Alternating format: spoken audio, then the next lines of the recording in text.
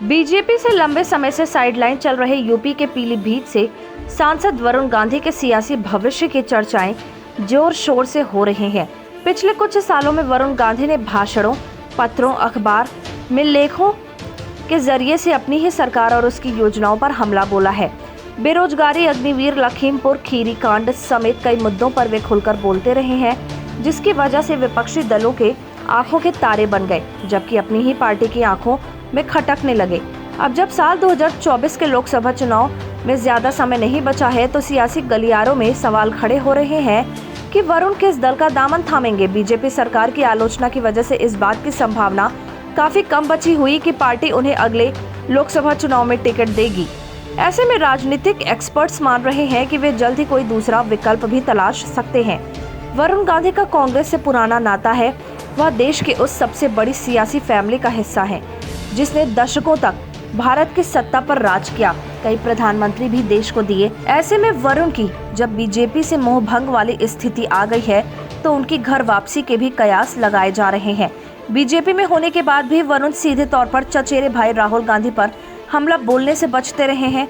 सूत्रों के अनुसार वरुण की चचेरी बहन प्रियंका गांधी के साथ बातचीत भी होती रहती है और हाल के दिनों में यह बात राजनीति को लेकर भी होने लगी है।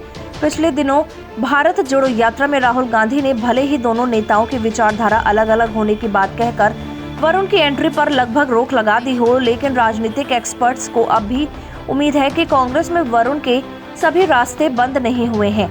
वर्तमान समय में राहुल सिर्फ एक सांसद है, जबकि पार्टी की कमान मल्लिकार्जुन खड़गे के हाथों में है। ऐसे में यदि गांधी परिवार और अन्य नेताओं की वरुण गांधी को हरी झंडी मिलती है, तो कांग्रेस में उनकी वापसी हो सकती है।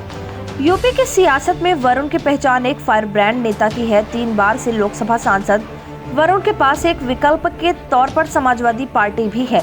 वरुण के लिए सपा का आरएलडी के साथ गठबंधन होने की वजह से यह दल फायदेमंद हो सकता है।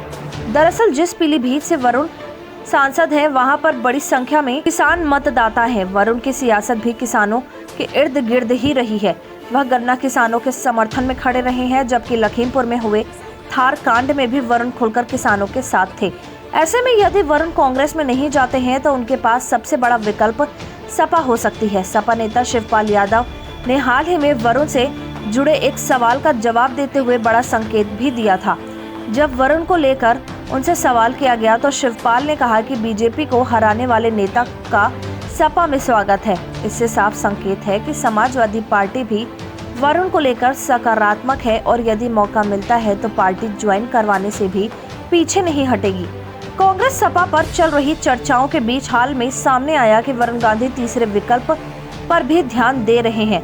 सूत्रों के अनुसार वरुण गांधी और अगले लोकसभा चुनाव में किसी एक दल में शामिल नहीं होना चाहते, बल्कि वे पीलीभीत से ही संयुक्त विपक्ष के उम्मीदवार बनना चाहते हैं। उनकी बातचीत सपा अध्यक्ष अखिलेश यादव, आरएलडी चीफ जयंत चौधरी से होती रही है।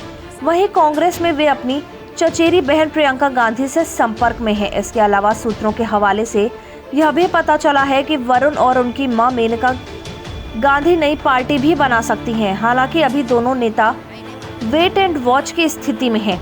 ऐसे में अभी वरुण के सियासी भविष्य पर स्थिति साफ होने में कुछ समय जरूर लग सकता है।